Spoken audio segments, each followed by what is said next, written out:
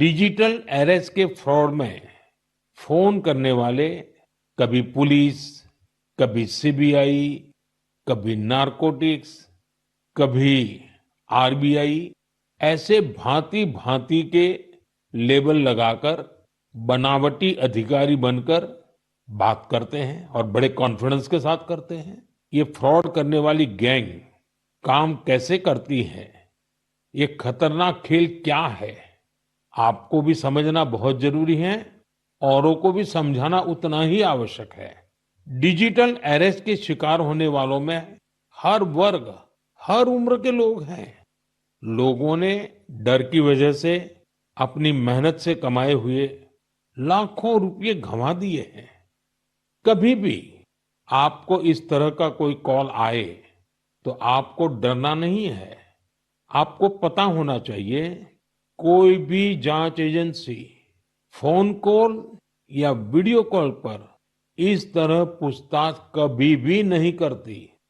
नमस्कार, जनमुकेंद्र जी लाइव से सरोसिना। बात डिजिटल अरेस्ट कर हुई लूट की। अभी आपने सुना कि किस प्रकार अपने मन की बात कार्यक्रम में पिछले महीने पीएम मोदी ने डिजिटल अरेस्ट के जरिए हो रही लूट को लेकर लोगों को सचेत किया था और उनसे बचाव के उपाय सुझाए थे। पीएम की सलाह यह बताने के लिए काफ़ी है कि डिजिटल अरेस्ट और ऑनलाइन के तरीके से लूट की घटनाएं कितनी तेज़ी से बढ़ रही हैं। पीएम मोदी के संसदीय क्षेत्र में भी लगातार डिजिटल अरेस्ट और ऑनलाइन तरीके से लूट की घटनाएं सामने आ रही हैं, जिसका व्यापारी, चिकित्सक, शिक्षक और रिटायर्ड सरकारी कर्मी तक शिकार हो रहे हैं। ताज़ा मामला नेवी से रिटायर्ड ऑनरी सब लेफ्टिनेंट का सामने आया है, जिनको साइबर ठगों ने 22 दिन तक डिजिटल अरेस्ट कर 98 लाख रुपए अपने खाते में ट्रांसफर करा लिए। रिटायर्ड ऑनरी सब लेफ्टिनेंट का बेटा मल्टीनेशनल कंपनी में काम करता है।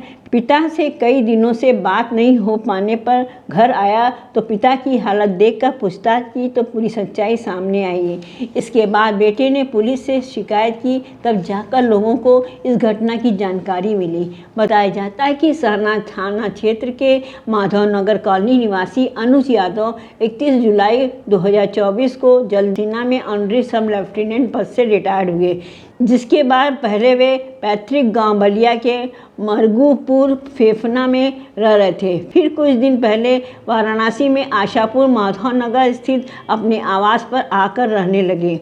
अनुज यादव ने बताया कि मोबाइल पर 11 नवंबर को सुबह 11 बजे अनजान नंबर से कॉल आई। कॉल करने वाले ने खुद को telecom regulatory authority of India try का अफसर बताया और कहा कि आपके नंबर से गैर कानूनी गतिविधियां की जा रही हैं, कोलाबा पुलिस स्टेशन पर संपर्क करिए।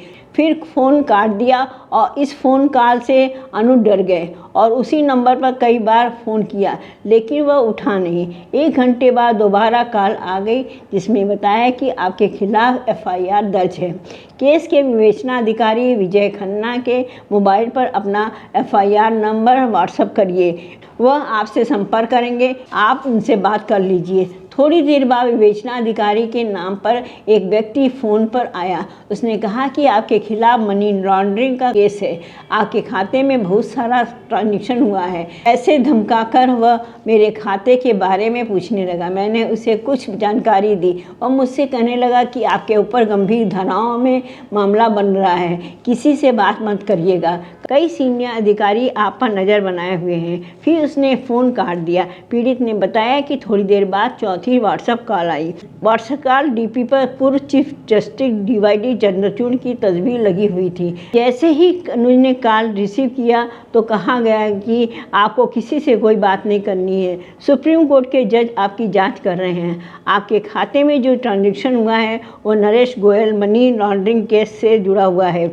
इसीलिए आपको घर में ही रहना पड़ेगा। उन्होंने मुझसे पूरे खाते की डिटेल ले ली। मुझे लगा कि पूर्व सीजीआई की फ़ोटो लगी है, वो बोल भी रहे हैं, इसलिए मैं डर गया। अनुज ने बताया कि पहले दिन ही कॉलर ने मेरे खिलाफ केस होने की बात कहकर जांच के लिए खाते बंद करने की बात कही। कहा कि जब तक ये जांच चलेगी आप अपने खातों से कोई पैसा नहीं निकाल पाएंगे, इसलिए आप ये पैसा किसी और खाते में ट्रांसफ़र कर दीजिए। मैं आपको कुछ बैंक अकाउंट नंबर देता हूँ, उसमें पैसे ट्रांसफ़र कर दीजिए ताकि जांच के बाद आपका पैसा वापस मिल सके। 1-2 दिन से चुपचाप सारा पैसा ट्रांसफ़र कर दो, किसी से बात मत करना। इसके बाद उन लोगों ने मुझसे 14 नवंबर को एक बैंक खाते में 33 लाख रुपए और 16 नवंबर को कोटक महिंद्रा बैंक में 50 लाख रुपए ट्रांसफ़र करवा लिए। अनुज ने बताया कि ठगों ने हमारा फ़ोन हैक कर दिया। जब वो कॉल करते तभी वो बात होती थी। वो रोज़ कॉल करके हमसे हम सारे पैसे की डिटेल पूछते। ठगों ने रिटायरमेंट की रकम, फिक्स और पेंशन सब कुछ ले लिए। उन्होंने यहाँ तक डराया कि यह नेशनल सिक्योरिटी का मामला है, अगर आप आत्महत्या या किसी को इसके बारे में बताएंगे तो हम उससे भी वसूली कर लेंगे। वो हमारे पास लगातार झूठे दस्तावेज भी भेज रहे थे। मोबाइल हैक होने के चलते रिटायर्ड सब लेफ्टिनेंट के बेटे की, जो दिल्ली में एक मल्टीनेशनल कंपनी में नौकरी करता है, कि कई दिनों से अपने मम्मी पापा से बात नहीं हो पा रही थी। चिंता होने पर बेटा 3 दिसंबर को घर आया। उसने जब माता पिता की दशा देखी तो हैरान रह गया। माता पिता ने उसे पूरी कहानी बताई।